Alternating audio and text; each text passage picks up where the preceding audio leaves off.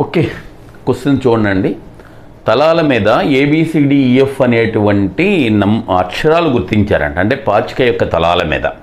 జనరల్గా పాచిక తలాల మీద ఏముంటుంది, 1 2 3 4 5 6 ఉంటుంది. వాటికి బదులు ABCDEF గుర్తించారంట.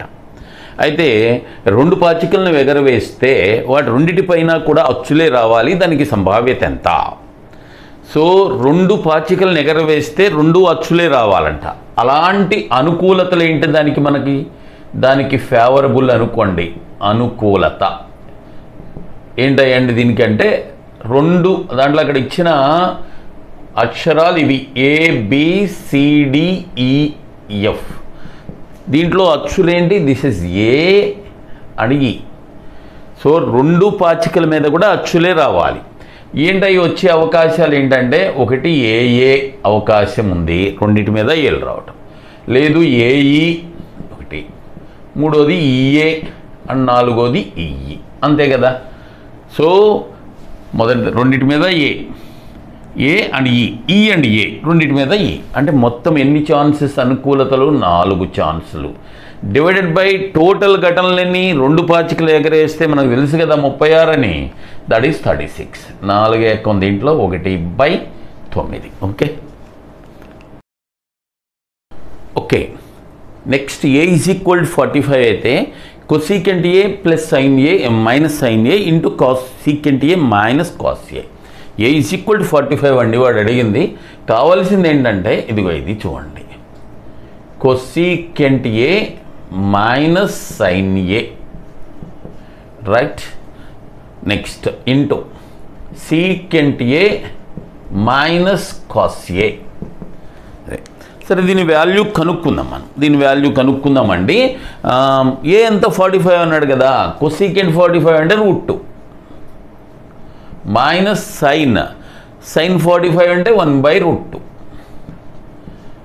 Into the same thing అండి. ఇది కూడా √2 మైనస్ 1/√2. ఇది కూడా అంతే, √2 మైనస్ 1/√2. రైట్ అండి. అది అయిపోయిన తర్వాత దీన్ని సింప్లిఫై చేద్దాం. √2 ఇంటూ √2 2 మైనస్ 1 అంటే 1/√2. This is 1/√2. అంతే కదా. √2 ఇంటూ √2 2 మైనస్ 1 1/√2. ఇది కూడా అంతే కదా మరి, 1/√2. 1/√2 ఇంటూ 1/√2 అంటే యువర్ ఆన్సర్ ఇస్ 1/2. ఓకే, చూడండి. మన పేక కట్టు ఉంటుంది కదా, దాంట్లో 52 ముక్కలు ఉంటాయి, మనందరికీ తెలుసు. దాంట్లోంచి ఏంటంటే, సో ఎరుపు జాకీలు, క్యూలు, క్యూ అంటే క్వీన్లు అండ్ కింగ్లు, JQQలు 3 ఎరుపువి. అంటే ఎరుపు ఎన్ని ఉంటాయి, 2 ఉంటాయి కదా ప్రతిదీ. అందుకని 3 రోజుల్లో 6 తీసి పడేశారు, పక్కన పడేశారంట. అంటే యాక్చువల్గా పేక ముక్కలో ఉండే కార్డులన్నీ 52, దాంట్లోంచి 6 తీసేశారు. ఇంకెన్ని ఉంటాయి మనకు అందుబాటులో? ఓన్లీ 46. ఇప్పుడు ఈ 46లోంచి ఒక కార్డు తీస్తే అది నలుపు కింగ్, నలుపు కే, నలుపు రాజు కాగల సంభావ్యత ఎంత అన్నాడు. సో ఒక ముక్క తీసామనుకో, నలుపు కేలు ఎన్ని ఉంటాయి దాంట్లో? 2 ఉంటాయి కదా. అందుకని అనుకూలం 2, మొత్తం ఎన్ని ఇప్పుడు చెప్పాను 46. 2/46, 2 ఏకం 1/23 మీ ఆన్సర్. ఓకే నెక్స్ట్ క్వశ్చన్ చూడండి. ఒక వసతి గృహంలో 150 మంది బాలురకు 180 మంది బాలురకు 37 రోజులకు సరిపోయే ఆహారం ఉందంటండి. అయితే ఏమైందంటే దాంట్లో 12 రోజుల తర్వాత దీంట్లోంచి 30 మంది బయటికి వెళ్ళిపోయారంట. మిగిలిన వారికి ఇంకా మిగిలిన ఆహారం ఎన్ని రోజులకు సరిపోతుంది? ఇక్కడ మనం ఇది అనులోమానుపాతం, విలోమానుపాతం లెక్క. దీనికి మనం మనుషులు రోజులు, ఇక్కడ సిచ్యువేషన్ ఏంటంటే మనుషులు రోజులు. అందుకని మనుషులు రోజులకు సంబంధించినటువంటి ఈ సూత్రాన్ని మనం ఉపయోగించుకుంటాం. ఇంకా దీని గురించి మీకు వివరాలు కావాలనుకోండి, మన యాప్లో చూసుకోండి, లేకపోతే ఫేస్బుక్లో కూడా ఉంటే, వాట్సాప్లో ఉంటే ఉండదు, మన యాప్లో చూసుకోండి. Okay, M1D1 = M2D2. రైట్ అండి. ఇప్పుడు చూద్దాం. మొదటి సిచ్యువేషన్ ఎంతమంది ఉన్నారు? 180 మంది ఉన్నారు. ఎన్ని రోజులకి ఆహారం ఉంది? యాక్చువల్లీ వాళ్ళకి 37 డేస్కి. అయితే 12 రోజులు తినేశారు వాళ్ళు. అంటే 180 మందికి ఇంకెన్ని రోజులకు ఉంటుంది ఆహారం? 25 రోజులకే. అంతేగాని 30 వేయకూడదండి, 37 వేయకూడదు. ఇదిగో 180 ఇంటూ ఎన్ని రోజులకు ఉంది ఆహారం? So that is 25. ప్లీజ్ 37 కదా అనుకుంటారేమో. 12 రోజులు తినేసారు కదండి వాళ్ళు, అది ఈజ్ ఈక్వల్ టు 30 మంది వెళ్ళిపోయారు వీళ్ళల్లో. ఈ 180లోంచి 30 మంది వెళ్ళిపోతే ఇంకా మిగిలేది ఎంతమంది? 150 ఇంటూ డేస్, డే కనుక్కోవాలి. క్యాన్సిల్ చేసుకోండి. 25 దీంట్లో 6 సార్లు, ఈ 6 180లో ఎన్నిసార్లు అండి? 30 సార్లు. సో మిగిలిన ఆహారం ఇంకెన్ని రోజులకు వస్తుంది? 30 రోజులకి. ఓకే, నెక్స్ట్ క్వశ్చన్ చూడండి. 9, 18, 24, 32 వచ్చే నిశేషంగా భాగించబడే సంఖ్య ఏది? మనకి చూసుకుంటే మీరు ఆప్షన్లో ఇది ఇచ్చాడు కదా, ఒకటేమో 1080, ఇంకొకటేమో 1152, ఇంకొకటి 13/6 అంటే 1536. సో వీటిలో వేటితో భాగించబడాలి ఇది? ఆ నెంబర్స్తో. ఏది? 9, ఓకే చూడండి, 9, 18 వీటితో భాగించబడాలి. 24 అండ్ 32 వీటితో భాగించబడేది. మొదట ఈజీ కాబట్టి 9 ఎక్కం పోయే చూసుకోండి. 9 ఎక్కం ఇదిగోండి, 8, 1, 9 దాంట్లో పోయింది. అన్నీ కూడితే ఇక్కడ ఎంత? 2, 5, 7, 2, 9 దీంట్లో కూడా పోయింది. ఇదిగోండి, ఇది కూడితే 10 వచ్చింది. 6, 3, 9, 1, 10 దాంట్లో 9 పోదు కదా, పోదు. ఇక్కడ చూడండి 6, 3, 9, 5, 14, 1, 15 దాంట్లో కూడా 9 పోదు కదా, పోదు. ఈ 2 మిగిలినాయి. 9 చూసిన తర్వాత ఇవన్నీ మీరు జాగ్రత్తగా చూస్తే 8 ఎక్కం చూసుకోవాలి. 8 ఇదిగో దీంట్లో పోయింది, దీంట్లో పోయింది, 8వ ఎక్కం. ఇదిగో 8వ ఎక్కం అంటే చివరి 3 నెంబర్లు కదా, పోతుంది. 80లో 8 పోద్ది. అలాగే ఇక్కడ కూడా 8 చూడండి, ఒక 8, ఇంక 7 మిగిలితే 72లో 8 పోద్ది. అరే 8 పోయిందండి, ఇంకేమి లేవు, అన్నీ చూసాం, అన్ని నెంబర్లు అయిపోయినట్టే. అయితే ఇక్కడ 32 ఉంది కదా, 8 కదా, 16 చూడండి. 32 మరి అది ఉంది కదా, అందుకని 16 చూడండి. 16 దీంట్లో ఎన్నిసార్లు? 6, 16, 96. ఇంకెంత మిగులుద్ది? 12. 12లో 16 పోదు కదా, అంటే 12 0, 120లో 16 పోదు. ఇది కూడా కాదు. సో మన ఆన్సర్ ఏదంటే ఇది. ఇక్కడ కావాలంటే 16 చూసుకోండి. 7, 16, 112, 3 మిగులుతుంది. 32, 2, 16, 32. So this is the answer. 1152 me answer. Okay, 5 సెంటీమీటర్లు, 12 సెంటీమీటర్లు, 13 సెంటీమీటర్లు త్రిభుజం ఉందంటండి. అది లంబకోణ త్రిభుజం, మనకు క్లియర్గా అర్థమైపోతుంది. దాంట్లో 12 సెంటీమీటర్ల భుజం ఉందో చూసారా, దాని చుట్టూ తిప్పితే ఏర్పడే వస్తువు యొక్క, అంటే ముందు చూద్దాం అసలు ఏం ఏర్పడద్దో దాని సంగతి తర్వాత చూద్దాం. ఇలా ఉందనుకోండి, ఇది 12, ఇది 5, అలాగే ఇది ఎంత అండి? 13, ఇది 5, ఇది 12, ఇది 13. ఈ 12 సెంటీమీటర్ల చుట్టూ భ్రమణం చేశామనుకోండి, అప్పుడు ఏమొస్తుంది? ఇదిగో ఇలా వస్తుంది పటం.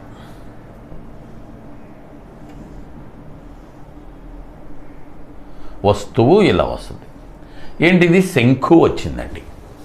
ఇది 12 సెంటీమీటర్లది, ఇది 5, ఇది 12 సెంటీమీటర్ల చుట్టూ భ్రమణం చేస్తే ఇలా వచ్చింది. ఈ శంఖు యొక్క ఇదిగోండి, ఇదేమో ఆర్ ఈజ్ ఈక్వల్ టు ఎంత? 5. ఇదేమో హెచ్ ఎంత? 12. ఇదేమో ఎల్ కదా, ఎల్ ఎంత అండి? 13.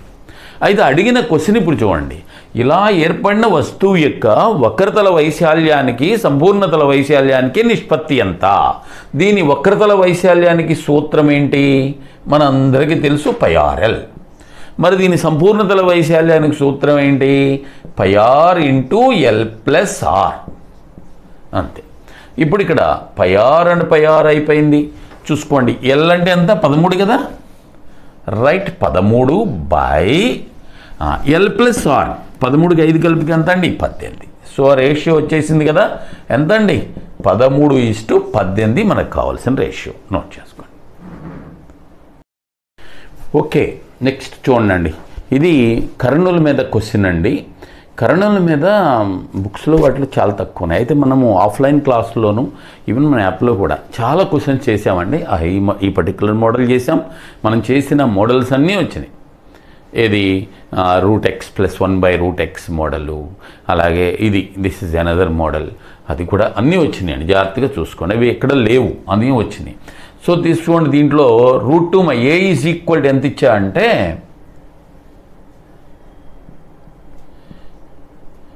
√2 minus √3 divided by √2 plus √3 plus √2 plus √3 divided by √2 minus √3 ఇలా ఇచ్చాడండి. ఈ రెండు ఒకదానికొకటి విలోమాలు, అంతే కదా, తిరగేసిస్తే. ఇటువంటిప్పుడు మనం ఎప్పుడు చెప్పుకుంటాం అలా ఇలా ఇది ఏబీలు లేదా XYలు అనుకోండి, మనం చిన్న ఫార్ములా చెప్పుకుంటామండి. 2 ఇంటూ ఈ రెండింటి మొత్తం అంతే, ఈ రెండింటి మొత్తం 2 అంటే 3 5 పనేస్తున్నా 2 ప్లస్ 3 డివైడెడ్ బై ఈ రెండింటి భేదం అంటే 2 మైనస్ 3 అంతే. సో దిస్ ఈస్ పైన 10 కింద -1 కదా. So your answer is -10. మన ఆన్సర్ ఎంత అంటే -10. ఇది రెండోది ఉంది కదా, అది చూద్దాం. చూడండి. సో A ఈజ్ ఈక్వల్ ఎంత వచ్చింది? -10 వచ్చింది. రెండోది ఏమి ఇచ్చాడు? B ఈజ్ ఈక్వల్ ఇచ్చాడండి. ఏమి ఇచ్చాడు? 1/5 మైనస్ 2√6 ప్లస్ 1/5 ప్లస్ 2√6. దీనికి కాసా కట్టేసాం అనుకోండి, ఇది వెళ్ళిపోద్ది.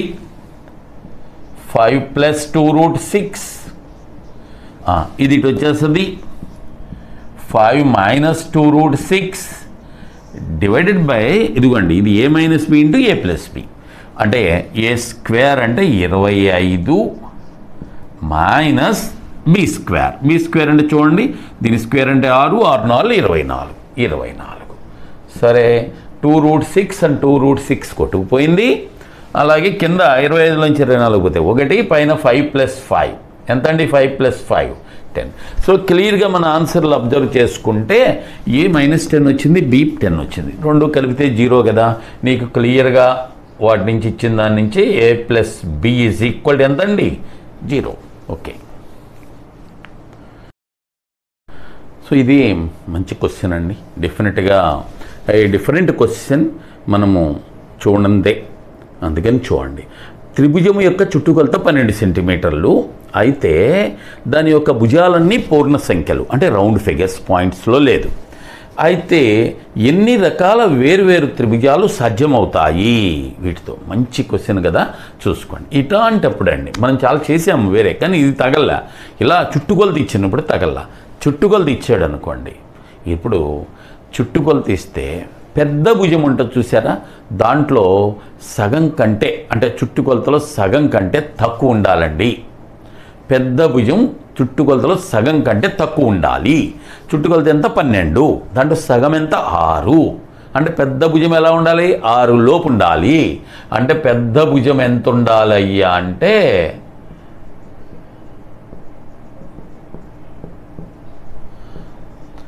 5 కానీ 4 కానీ 3 కానీ 2 కానీ 1 కానీ ఉండాలి. సరే, చూద్దాం ఒక్కొక్కటి.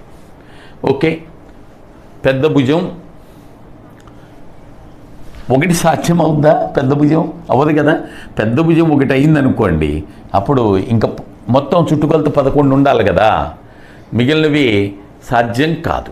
పెద్ద భుజం 1 అయ్యేది ప్రశ్న లేదు. అలాగే మరి పెద్ద భుజం 2 అవుద్దా? అవ్వదు. పెద్ద భుజం 2 అయితే మొత్తం చుట్టుకొలత 12 కదా, మిగిలిన 2 కలిపి ఎంత ఉండాలి? ఓకే, పెద్ద భుజం 2 అవ్వదు, వేరే భుజం వద్దే, అడ్డించి వద్దాంలేండి, బెటర్ అది. పెద్ద భుజం 5 అనుకోండి, 5 పోతే ఇంకా మిగిలిన ఎంత ఉండాలి? 12 ఉండాలి కదా. అంటే మొత్తం టోటల్ 12 కదా, దాంట్లో 5 పోతే మిగిలిన 2 7 ఉండాలి. మిగిలిన 2 7 ఉండాలంటే ఇదిగో 5 and 2 కావచ్చు. లేదు, పెద్ద భుజం 5 అనుకో, మిగిలిన 2 4 and 3 కావచ్చు. అయిపోయిందండి, అయిపోయింది. సరే, ఇంకా పెద్ద భుజం ఇంకా ఛాన్స్ లేదు. రైట్, పెద్ద భుజం 5 అయిపోయింది. ఒకవేళ పెద్ద భుజం 4 ఉందనుకోండి, 12లో 4 పోతే మిగిలిన 2 కలిపి అంత 8 ఉండాలి కదా. అవి 2 కూడా 4లే అవ్వాలి. ఇంకా ఇంతకంటే 4కు ఛాన్స్ లేదు. ఇక పెద్ద భుజం 3 అయ్యే అవకాశం లేదు. పెద్ద భుజం 3 అయిందనుకోండి, మిగిలిన 2 కలిపితే 6 టోటల్ 12 అవ్వదు కదా. పెద్ద భుజం 3 అయిందనుకోండి, ఈ 3 కలిపితే ఎంత? 6 వస్తుంది, కానీ చుట్టుకొలత ఎంత వాళ్ళ పని. అందుకని ఇక ఈ 3 ఛాన్స్ లేదు. సో ఎన్ని వచ్చినాయి త్రిభుజాలు నీకు? 3 రకాల త్రిభుజాలు సాధ్యమైనాయి. ఓకే ఓకే 10 సెంటీమీటర్లు, 6 సెంటీమీటర్లు, 2 సెంటీమీటర్ల కొలతలు గల దీర్ఘగణం ఉందండి. దాని నుండి 7 సెంటీమీటర్ల ఎత్తు 3 సెంటీమీటర్ల వ్యాసార్థం ఉన్నటువంటి శంకుని చెక్కేశారంట. అయితే వేస్టేజ్ ఎంత అంటే మిగిలింది ఎంత, మిగిలిందా అని వైశాల్యం అంటే. అది ఇప్పుడు మనం చూద్దామండి, డైరెక్ట్గా వేసేద్దాం. ఇది ఇచ్చేద్దాం. శంకువు దీర్ఘఘనం. శంకుకి ఘనపరిమాణానికి సూత్రం ఏంటి నీకు తెలుసు కదా, పై ఆర్ ఎల్. మరి దీర్ఘఘనానికి ఘనపరిమాణానికి మనకు తెలుసు కదా ఏంటదండి, ఎల్బిహెచ్. ఆ ఎల్ వేరుగా ఇంకోటి అయ్యకూడదు. రైట్, ఇక్కడ వాల్యూస్ వేసుకున్నాం. పై అంటే ఎంత, 22/7. శంకు ఘనపరిమాణం 1/3 pi r square h. Very sorry, that is into 1. This is 1/3 ఉంది కదండి, ముందు చూసుకోండి, క్యాన్సిల్ అయిపోతాయిలే. పై అంటే 22/7.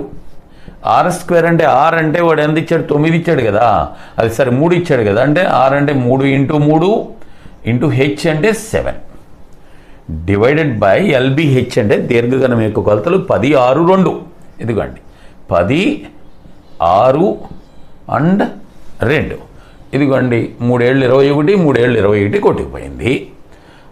ఈ 3 6లో 2 సార్లు, ఈ 2 దీంట్లో 11 సార్లు.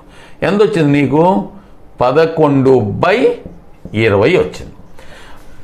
అంటే 20 భాగాలు దీర్ఘఘనం అయితే దాంట్లో శంకువు 11 భాగాలు. అంటే ఎంత వేస్ట్ అయింది, ఎంత పోయింది, ఇంకా మిగిలింది ఎంత, 9 భాగాలు మిగిలి. వాడు అడిగింది అదే, వేస్టేజ్ ఎంత, 9 భాగాలు. అవుట్ ఆఫ్ మొత్తం ఎంత, 20 భాగాలు. ఎందుకంటే 20 భాగాలు శంకువుకి 11 భాగాలే పట్టింది. అంటే మిగిలిందంతా వేస్ట్ అయిపోయినట్టే కదా. 9/20 ఇంటూ ఎంత అండి, 100. అది 20 దీంట్లో 5 సార్లు 5 9లు 45% వేస్ట్ అయినట్టు అండి. Right, okay. ఈ లిమిట్స్ మీద క్వశ్చన్ అండి, వెరీ స్మాల్ క్వశ్చన్ అండి. ఒక రకంగా చెప్పాలంటే మనం ఫార్ములాస్లోనే చెప్పుకుంటాం. ఇది limit of sin AX by sin BX and x tends to 0 మనం చెప్పుకుంటాం కదా ఫార్ములాస్లో. This is A/B. దీని వాల్యూ ఎంత అంటే సింప్లీ A/B అంతే.